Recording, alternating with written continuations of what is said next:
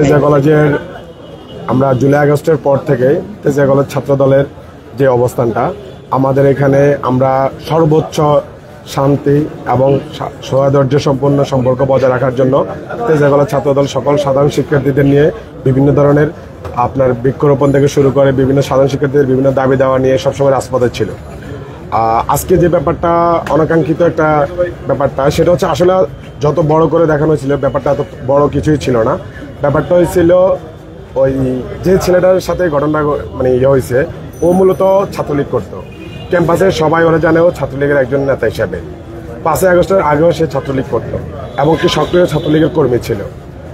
এরপরে যখন 5ই আগস্টের পরে জুলাই বিপ্লবের পরে খোলস পাল্টে আপনারা জানেন আওয়ামী লীগের অনেক লোকজন, ছাত্রলীগের অনেক লোকজন বিভিন্ন সংগঠনে, বিশেষ করে আপনারা জানেন কোন সংগঠনগুলোর কথা বলতেছি, তারা ওইসব সংগঠনগুলোতে ঢুকে যায়।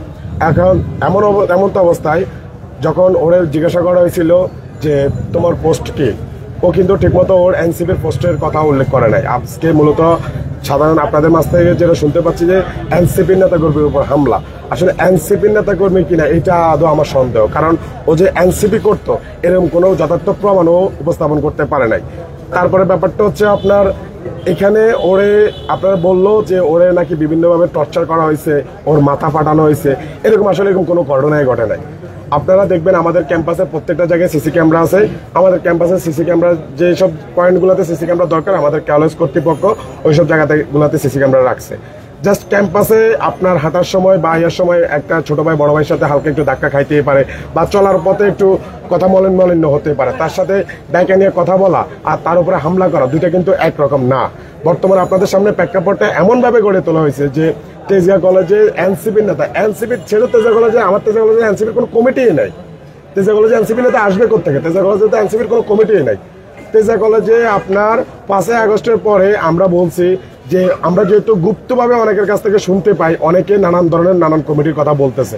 আমরা বারবার বলে আসছি আপনারা যারা আছেন আপনারা সবাই আপনাদের গুপ্ত না থাকে আপনারা সবাই সামাজিকভাবে প্রকাশ্যে আসেন।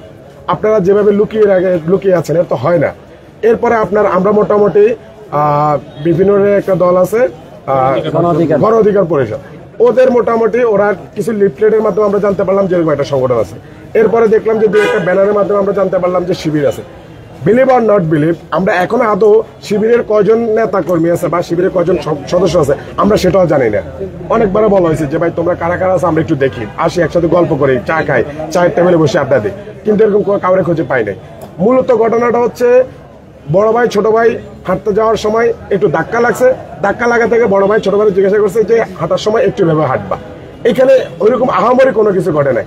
এরপরে যখন জিনিসটা শুনলাম যে একটু বড় হয়ে যাচ্ছে, ও এনসিপির নেতা দাবি করতেছে, এরপরে জিজ্ঞাসা করলাম যে ও যখন পাইলাম ও আসলো আমাদের এখানে যে কথা বলতেছে আপনাদেরকে আমাদের অডিটোরিয়ামের সামনে ওরা নিয়ে যাওয়া হয়েছে। ভাই সম্পূর্ণ ব্যাপারটা মিথ্যা কথা। আপনার ওইখানে এনসিপি ও নিজে ছিল, ওরা দুজন ছিল, ওদের সাথে জাস্ট কথা বললাম যে হয়েছেটা কি, বলতেছে ভাই এরকম ঘটনা করছে।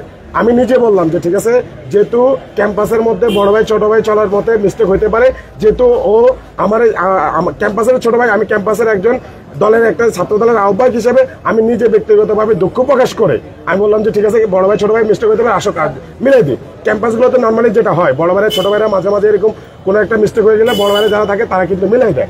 আমি কিন্তু ওই ভূমিকাটাই পালন করছি। আপনারা একটা জিনিস জানেন, এই যে আমরা 3 তারিখে এনসিপির প্রোগ্রাম, আমাদের প্রোগ্রাম করার কথা ছিল কোথায়, কেন্দ্রীয় শহীদ মিনারে। আমরা কিন্তু এনসিপিকে স্যাক্রিফাইস করে আমরা কিন্তু কেন্দ্রীয় শহীদ মিনারের প্রোগ্রামটা ছেড়ে আমরা কিন্তু শাহবাগে চলে আসছি। শাহবাগে চলে আসার কারণে জনদুর্ভোগ হওয়ার জন্য কিন্তু আমরা ব্যক্তিগতভাবে আমাদের কেন্দ্রীয় ছাত্রদলের পক্ষ থেকে আমরা দুঃখ প্রকাশও করেছি। তার মানে আপনারা বুঝতে পারেন, আমরা জানি যে আমাদের ভারপ্রাপ্ত চেয়ারম্যান তারেক রহমান আগামীকালকে একটা কথা বলছিল যে আমরা এমন রাজনীতি করব যে আমরা যেন প্রত্যেক রাজনীতিবিদ আমরা যেন সামনাসামনি বসে, আমরা এমন রাজনীতি কেন করবো যে একজন রাজনীতিবিদ একজন রাজনীতির সামনাসামনি বসে চা খেতে পারবো না, গল্প করতে পারবো না। আমি ওদেরকে বারবার বলছি যে এরকম কোনো সংগঠন থাকে আসো আমরা একসাথে বসি, চা খাই, আড্ডা দিই, গল্প করি। কিন্তু ভাই যে ছেলেটার ব্যাপারে বলা হয়েছিল ওই ছেলেটা আমার ক্যাম্পাসে এনসিপির কোনো নেতাও না, এবং কি ওর যখন জিজ্ঞাসা করলাম ও বললো যে তেজগাঁ কোন জায়গার নেতা, এবং কি তেজগাঁ থানা, এমনকি তার নির্দিষ্ট কোন থানা কি পোস্ট এরকম কোনো কিছু উল্লেখ করতে পারে নাই। আর যে জিনিসটা আপনাদেরকে বলা হয়েছিল যে পুলিশ এসে উদ্ধার করছে, আরে ভাই ও তো আমাদের সামনে দাঁড়িয়েছিল, পুলিশ এসে উদ্ধার করবে হতে। পুলিশের যখন শেরেবাংলা থানার এসআই যখন আসলো, এসআই এসে দেখলো যে আমাদের সামনে দাঁড়ায় আছে, একসাথে আমরা গল্প করতেছি। এমন সময় তো এসআই আমার বললো যে ভাই ওরা কোথায়, আমি বললাম যে তোমার সামনে। এখন এসআই তারপরে বললো যে ঠিক আছে চলেন, তারপরে এসআই আইন শৃঙ্খলা রক্ষাকারী বাহিনী তারা তাদের কাজ করছে, এবং ওর এমন কোনো কিছু হয় নাই হসপিটালে ভর্তি হওয়ার মতো ভাই নাটক। কিন্তু তারা তো দাবি করছে তাদেরকে অবরুদ্ধ করে রাখা হয়েছিল এবং প্রশাসন এসে তাদের দুইজনকে উদ্ধার করে। ভাই এই বিষয়ে কি বলবেন? যদি এনসিপি না হয় তাহলে এনসিপি ওরা আবার সংবাদ সম্মেলন ডাকছে, ওদের মিডিয়া ছিল বিক্ষোভ মিছিল ডাকছে, তাহলে এই বিষয়টা আপনি আমি এতটুকু বলতে পারি, আমার তেজে কলেজে এনসিপির কোনো কমিটি নাই, আমার তেজে কলেজে।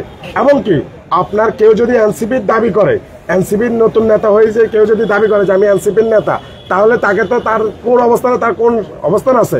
এনসিপি তো নতুন কমিটি দিচ্ছে না। সাধারণ শিক্ষার্থীর উপর হামলা বললে ভাই এটা হচ্ছে সম্পূর্ণ, আপনারা জানেন ভাই সাধারণ শিক্ষার্থীর বেশি কারা থাকে। আপনারা কয়দিন আগে দেখবেন তিতুমিরের একটা ছেলে সাধারণ শিক্ষার্থী যে রাজনীতি বন্ধ করতে চাইছিল, ওই ছেলে কিন্তু তিতুমিরের ছাত্র শিবিরের সেক্রেটারি হয়েছিল, এটা কিন্তু আপনারা সবাই জানেন।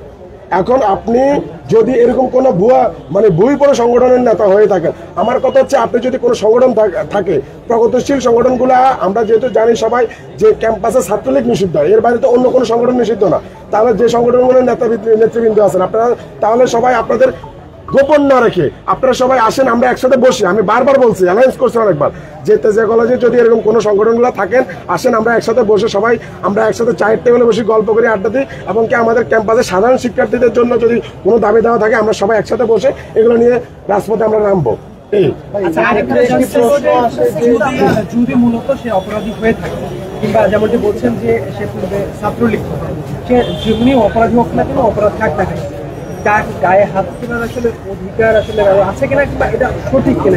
আরেকটা বিষয়ের সাথে বলি, আমরা সিসিটিভি ক্যামেরা যেটা ছিল, যেমন ক্যামেরা অফিসে গিয়ে সেখানে দেখা যাচ্ছিল যে একজন শিক্ষার্থী তাকে দুজন নিয়ে যাচ্ছে এবং দেখা যাচ্ছিল এবং ধাক্কা ধাক্কি হচ্ছিল, সেটাও দেখা গিয়েছে, স্পষ্ট দেখা গিয়েছে। এই বিষয়ে কি প্রথমত হচ্ছে আপনার প্রত্যেকটা শিক্ষার্থী ক্যাম্পাসে নিরাপদ, ক্যাম্পাস প্রত্যেকটা শিক্ষার্থীদের জন্য নিরাপদ। যেহেতু জুলাই আগস্টে ফ্যাসিস্ট বিদায় হয়ে গেছে, তার মানে এখন ক্যাম্পাসগুলোতে কোনো ফ্যাসিস্ট নাই। প্রত্যেক ক্যাম্পাসে প্রত্যেক সাধারণ শিক্ষার্থী প্রত্যেক স্টুডেন্টের নিরাপদ, এক কথায়। দ্বিতীয় কথা হচ্ছে যে আপনার কোনো শিক্ষার্থী যদি আপনার যারা ফ্যাসিস্ট নিষিদ্ধ ঘোষিত সংগঠন করে, আপনারা জানেন কয়েকদিন আগে আমাদের ফার্মগেট এলাকায় এই যে 5 তারিখের প্রোগ্রামের আগে ডক্টর নিউজ স্যার এখানে আসে প্রোগ্রামে উপস্থিত হওয়ার কথা ছিল। আপনারা জানেন আমাদের ফার্ম গেটে এখানে ককটেল বিস্ফোরণ করা হয়েছিল, আমাদের খামার বাড়িতে ককটেল বিস্ফোরণ করা হয়েছিল। তো আপনার যদি ছাত্রলীগের নিষিদ্ধ ঘোষিত ছাত্রলীগের যদি আমরা যদি এভাবে ওপেনলি যদি তারা যাতায়াত করে, তাহলে ভাই ককটেল কেন, তারা অনেক বড় বড় দুর্ঘটনা ঘটাতে পারে। এখন জাস্ট ওরা বলা হয়েছে যে ভাই তুমি যেহেতু ছাত্রলীগ করো, ক্যাম্পাসের ভিতরে তো ওরা আর আইন প্রয়োগকারী সংস্থাতে তুলে দেওয়া যায় না, এবং ওরা বলছে যে ভাই তুমি ক্যাম্পাস থেকে চলে যাও, যেহেতু তুমি একটা নিষিদ্ধ ঘোষিত সংগঠনের লোক। এখন এটা বলতে যাওয়ার পরে যদি ও যদি নিজের অন্যভাবে দাবি করে, তাহলে তো ভাই এটা তো তার নিজের ব্যক্তিগত সে বলতে পারবে। আমি যতটুকু জানি যে এখন পর্যন্ত ওর মাথাও পাঠে নাই, কোনো কিছু হয় নাই, কারণ আমি নিজে ওর সাথে কথা বলছি, বলছি যেহেতু ক্যাম্পাসের মধ্যে একটা জিনিস হয়েছে, যাক তুমি বলছো তোমার গায়ে হাত দিছে, যাক মেনে নিলাম যেটা হওয়ার হয়েছে, আসো আমরা ক্যাম্পাসের বাইরে আমরা মোটামুটি নিজেরা যদি তুমি এনসিপির দাবিদার এনসিপি তুমি করো, যেহেতু এনসিপি একটা ক্রিয়াশীল সংগঠনে পরিণত হচ্ছে, তারা কিন্তু এখনো নিবন্ধন পায় নাই, তারা কিন্তু নিবন্ধনের জন্য চেষ্টা করতেছে, তারা এখনো কিন্তু এনসিপি আসতেছে, তারা কিন্তু এখনো নিবন্ধিত কোনো রাজনৈতিক দলের মধ্যে পড়ে। তারপরে বললাম যে তুমি যদি যেহেতু একটা রাজনৈতিক সংগঠনের পরিচয় দিছো, তাহলে ভাই ঠিক আছে, ব্যাপারটা নিয়ে যাওয়া হয়েছে, আমি দুঃখিত, আসো মোটামুটি আমরা মিলে যাই, একসাথে চা খাই, এর বাইরে অন্য কিছু না। যাকে বলছেন যে সে পূর্বে নিষিদ্ধ সংগঠনের কর্মী ছিল, বলছে না, প্রমাণ সহ আছে, 5 আগস্টের পরে তার কোনো অ্যাক্টিভিটিস কিংবা কোনো রাজনৈতিক কর্মকাণ্ড প্রমাণ পেয়েছেন কিনা, যেখানে সে আওয়ামী লীগের কিংবা ছাত্রলীগের বাস্তবায়ন করে, এরকম প্রমাণ এভিডেন্স পেয়েছেন কিনা? ধন্যবাদ। আমি আপনাদেরকে আরেকটা জিনিস আপনাদের জ্ঞাতার্থে আরেকটা জিনিস স্মরণ করে দিতে চাচ্ছি। 5 আগস্টের পরে আমাদের ক্যাম্পাসে আমাদের এইখানে ক্যান্টিনের মধ্যে মানে বহিরাগত 20টা ছেলে এখানে বসে বসে আড্ডা দিচ্ছিল। তো এদিকে বিভিন্ন বাসাবাড়ি থাকার কারণে আমাদের ক্যাম্পাসের একটা স্টুডেন্ট এদিকে যাচ্ছিল, যাওয়ার সময় দেখলো যে এখানে 20-25 জন বসে আছে, তাদের প্রত্যেকের কোমরের মধ্যে হাতুড়ি এবং কি বিভিন্ন ধরনের দেশীয় কিছু জিনিসপত্র পাওয়া দেখছো। দেখার পরে ও বলছে যে ভাই এগুলা ক্যাম্পাসের মধ্যে ওরা কারা। পরে আমি বললাম যে ঠিক আছে, যেহেতু এখন রাত্র হয়ে গেছে, তুমি তোমার নিরাপত্তার ক্ষেত্রে তুমি বাসায় চলে যাও, পরে ব্যাপারটা দেখতেছি। এবং ওই মিটিং এ ওই ছেলে উপস্থিত ছিল এবং ওর নেতৃত্বে এখানে মিটিংটা হয়েছিল। এখন আমি তো আপনাকে বলতে পারি এই যে আমার 4 তারিখ রাতে যে ফার্ম গেটে ককটেল বিস্ফোরণ হয়েছে এটার সাথে নিশ্চয় জড়িত ফার্ম আমার খামার বাড়ি থেকে এটার সাথে নিশ্চয় জড়িত। যদি জড়িত হয়ে থাকে তাহলে সেক্ষেত্রে তো আইন যেহেতু আপনাদের কাছে ও এখন বলার পরে এখন একটা ছেলে যদি এনসিপি দাবি করে নিজের খোলস পাল্টা যদি এনসিপি নেতা দাবি করে এখন এনসিপি নেতারা যদি তুলে দিতে যায় তাহলে এখন আপনারা এখানে আসছেন এতজন তখন তো পুরো আমার ক্যাম্পাসে কিছুই হয় নাই তখন তো পুরো পাঙ্গেট এলাকা হয়ে যাবে। আমি আপনাদেরকে আরেকটা মেসেজ দিই তারা যেমন অল্প কিছু হলে সবাই বলে রাজুতে চলে আসেন তারা সেম আমাদের এই ফার্মগেট এলাকায় আমাদের ক্যাম্পাসে কিচ্ছু হয় নাই নিচুক ছোট ভাই বড় ভাইয়ের মধ্যে ধাক্কা ধাক্কি এটা নিয়ে তারা মেসেজ করে যে সবাই ফার্মগেটে চলে আসেন কেন ফার্মগেট এলাকা কি এখানে কি অন্য কেউ দখল করে নিয়ে এসে গেছে নাকি? তাহলে সর্বশেষ বিষয়টা এরকম যে সে বিশুদ্ধ সংগঠনের কর্মী ছাত্রলীগের এরকম একটি ঘটনা ঘটেছে বিষয়টা আপনার আমার এখানে আমি স্পষ্ট করে বলতে চাচ্ছি ও ছাত্রলীগের একজন সক্রিয় কর্মী ছিল ছাত্রলীগ করতো এটা সবাই জানে। এখন 5 তারিখের পরে কি করে ভাই সেটা তো এখনো প্রমাণ হয় নাই এবং কি সে এনসিপি করতেছে তার এনসিপির কোনো একটা পর্যন্ত তাদের কমিটি আমাদের ক্যাম্পাসে তো কোনো কমিটি নাই তাহলে সে যে জায়গায় আছে যে কমিটি তার পদটা পর্যন্ত বলতে পারে হ্যাঁ না সে নিজে বলতে পারে না কোনো পদ আছে কিনা বলতে পারে না।